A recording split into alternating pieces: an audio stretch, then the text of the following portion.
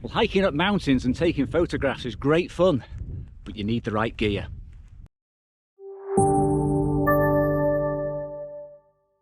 Right, on today's excursion into the mountains, I want to spend a little bit of time talking about the equipment I carry, how I carry it, why I carry it, and the importance of it all.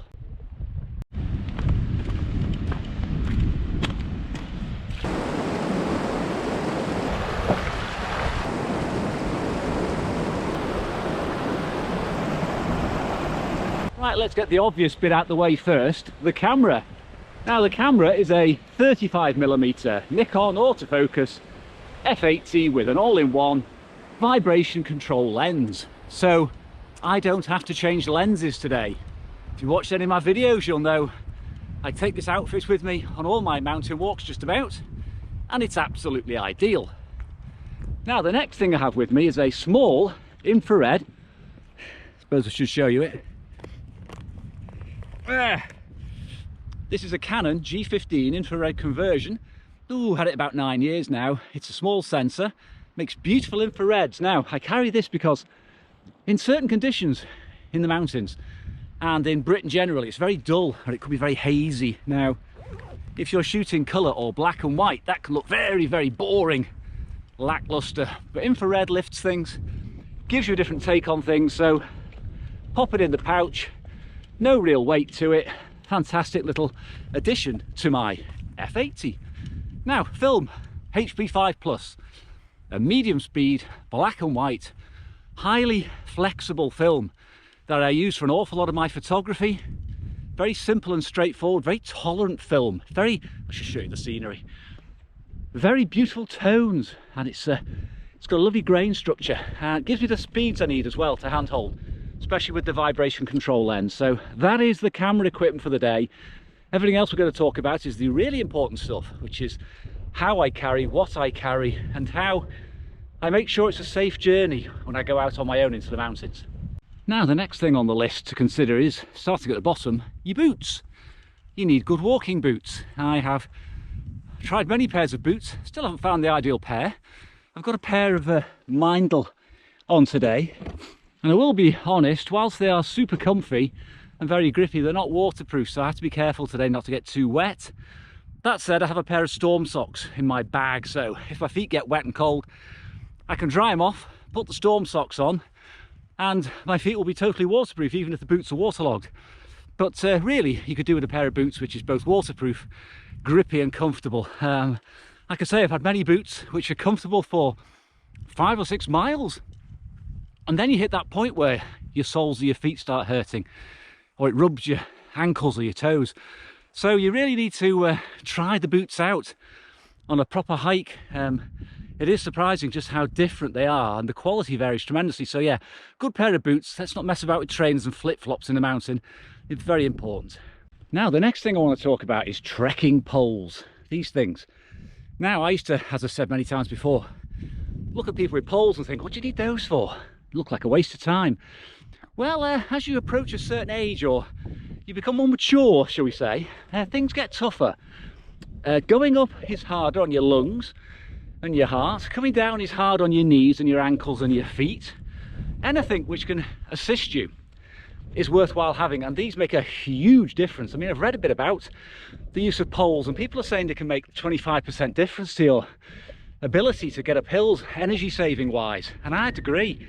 I always use these now when I'm climbing, even if it's a gentle slope. I don't slog away and wear myself out at the first part of the walk.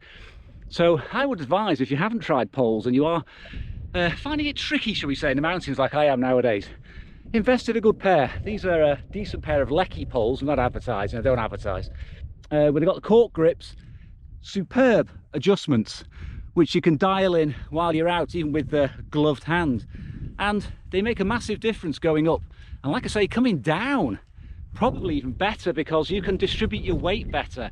You can place the poles into rocks and the like as you're coming down, and put your weight on them, so you're not gonna slip, or if you do slip, you're not gonna go you know, head over heels, or you know, arse over you know what.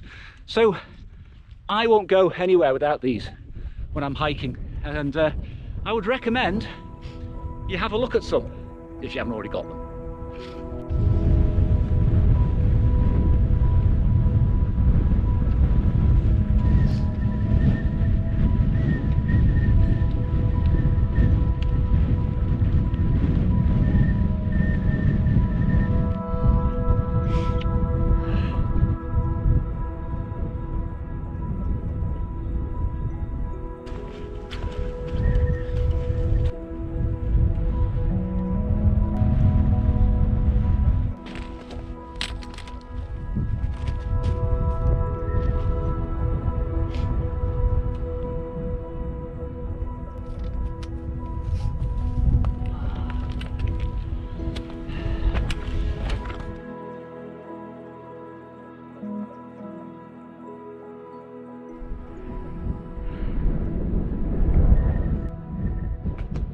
Well, it's like a proper moonscape up here today. Very misty, very cold, very wintry.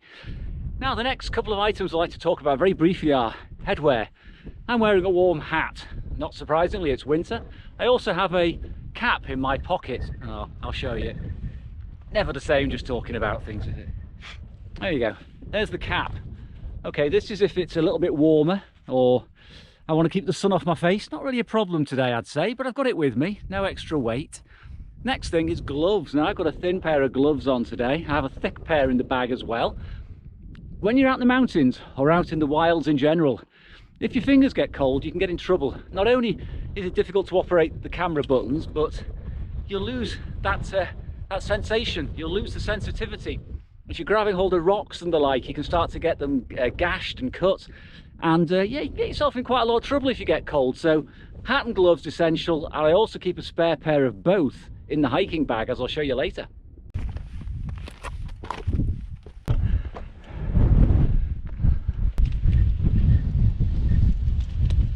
Well-deserved break now on the top of Aranigvar, which is the highest point on this walk. It's absolutely clouded over now, I can't see a thing. I'm about 3,000 feet and this is mountain weather, so it is what it is. Let's talk a little bit now about my clothing. Oh, nothing weird or anything. I've got some decent walking trousers on, quite comfortable, quite stretchy, very easy to wash and dry, and very well made, about £80 or so. And I have a pair of pull-on waterproofs in case it rains, because that will not only keep them dry, but it'll keep the wind off and stop it chilling me. Next, and probably most important, is my shell or my outer layer. Now, this is a very thin layer indeed. This is a rab, again, sort of moderately priced. Has to be waterproof though, and has to be windproof for me, because this is what keeps the elements out. It protects my body, keeps the temperature up, etc. And then I go down to the mid layer, which is just a fleece. I like this particular fleece, it's nylon. This is all man-made, by the way, this is all synthetic. And that gives me a bit of warmth. It's got that sort of like, holds the air in close to me. And finally, you get down to the base layer, which again is synthetic, and this is what, takes all the sweat away. Trying to be polite, but yeah, this keeps your body dry. If you use cotton, it gets very wet, very cold, very clammy. This doesn't. It draws the moisture away from your body and it keeps you very comfortable. And with the other layers all zipped up, even though it's winter today, it's remarkably comfortable and warm.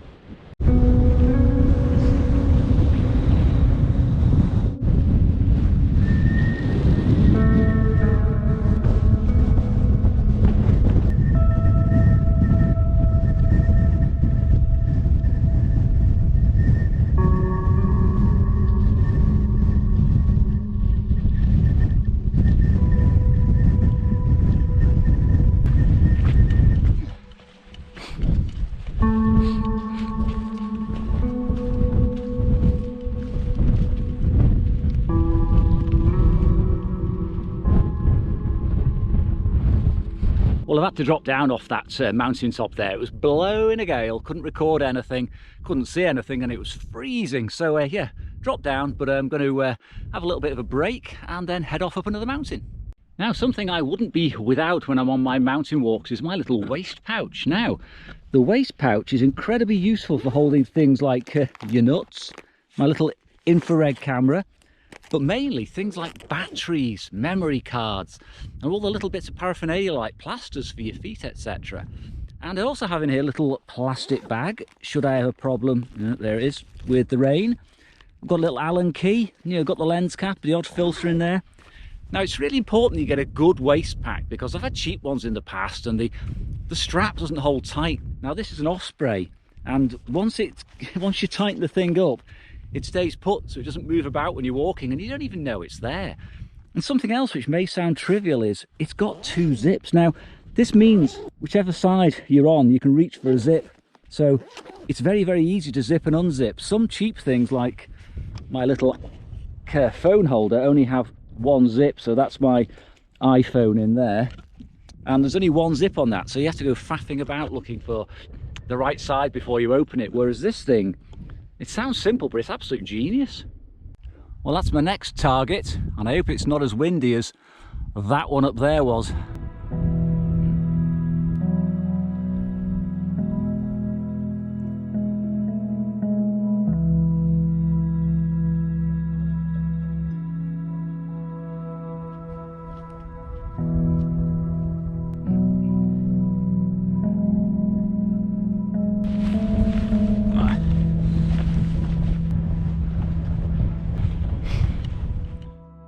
Right, so I'm going to go up that one there. Now, I wouldn't normally go straight up a steep slope like that, I'd skirt round it, but the other side's all scree.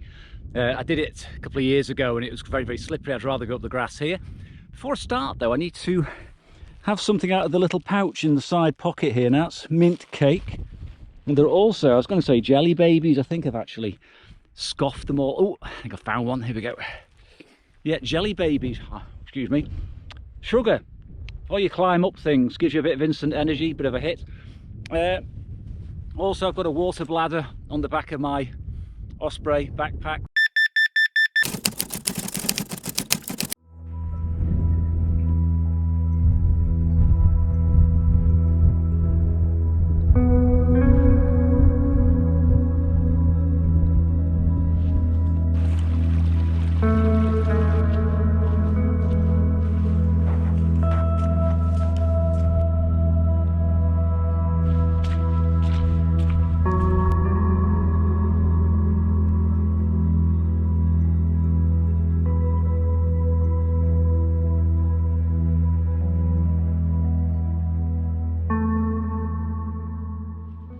Okay, so let's have a look at what's in the main bag now. This is an Osprey Talon 44 litre rucksack, proper rucksack for hiking.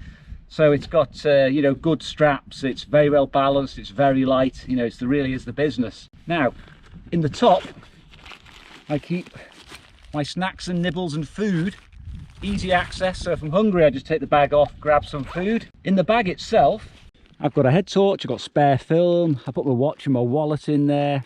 Anything which is sort of, you know, need to access relatively straightforward and quickly, but, you know, it isn't as important as food. Nothing's as important as food. So the next thing is the main bag itself. Before I get to that though, I have got a sit mat there. Always use a sit mat to stop your bum getting wet. There's a little rain cover for the rucksack in case it gets wet. Again, pair of over trousers I mentioned earlier. Put those on, keep the wind and rain out.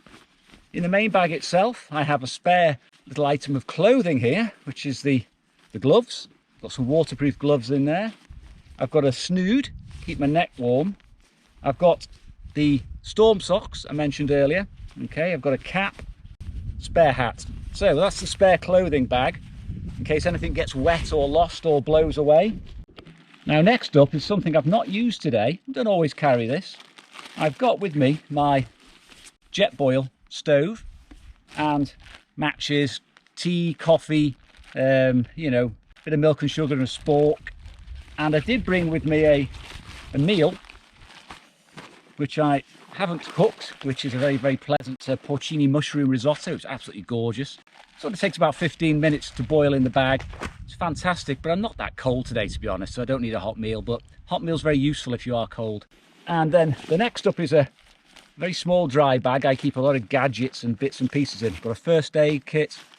Very important now, I've got a compass in there. I've got a little knife and a little set of pliers. I've also got some wire and some tape. Now that means I could repair, if I needed to at a push, I could tape up my boots or use a bit of wire if the sole came loose or if something else broke. A bit of wire and a pair of pliers will fix almost anything. Very importantly, I have in here a puffer coat. Now this is a spare one. It's not a super expensive one, but it's a jacket which I can put on if I got cold. Now if you have an accident on a mountain and you're not prepared and you're going to be out in the elements for a while somebody tries to rescue you, having a puffer jacket to keep you warm is a godsend. If I get some of my other clothes damp, I could put that on and I've got another warm layer to replace a layer. Say, for example, I fell in a river or something, which would be hilarious, obviously. And I probably will capture that one day on video. And I've got a little survival bag in there. It's a tiny little bag you can just put yourself into. It's sort of foil lined and it will keep you warm. Sort of thing you see people wearing after they've run marathon races, etc.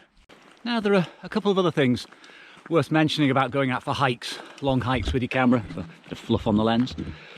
First one is, the route you take preferably is steep up and shallow down.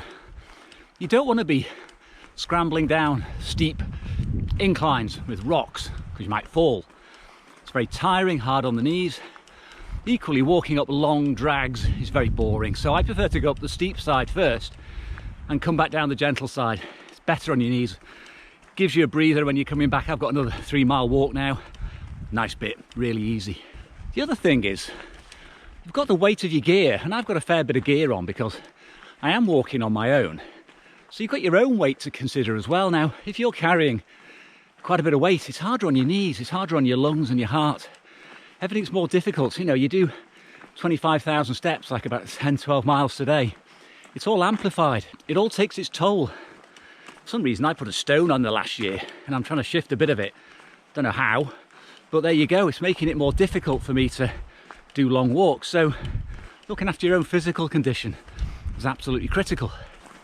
Now, I can't stress enough the importance of picking good paths. When you go off piste, so to speak, and you take an unmarked path or some boggy terrain or something with tussocks or hummocks or slippery or wet or boggy, it absolutely saps your energy like nothing else. I would rather walk 20 miles like this now, easy peasy, than 5 miles through a quagmire or something really tricky. It's going to be tricky on your ankles.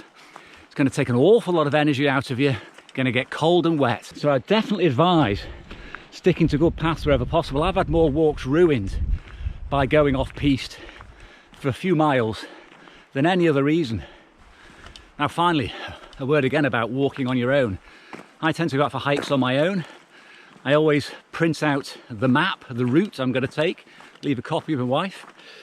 I have at least 2 navigation aids with me, usually the map on the iPhone with an app to show me where I am. I've got a compass and a map, which I rarely use, but I've got it just in case. And I also don't like to take unusual or routes I haven't been on before in bad conditions. I won't do that. I've done this walk 2 or 3 times before. It was a bit misty on the tops. I knew exactly where I was going. So it wasn't a risk. So don't take risks on your own when you're walking. I certainly don't. You only have to have one slip, hurt yourself. You might be stuck somewhere and hopefully somebody will find you. Oh, I forgot to mention as well, I do keep a whistle in one of the little pouches on the side here for attracting attention if I got into trouble. Another safety aid.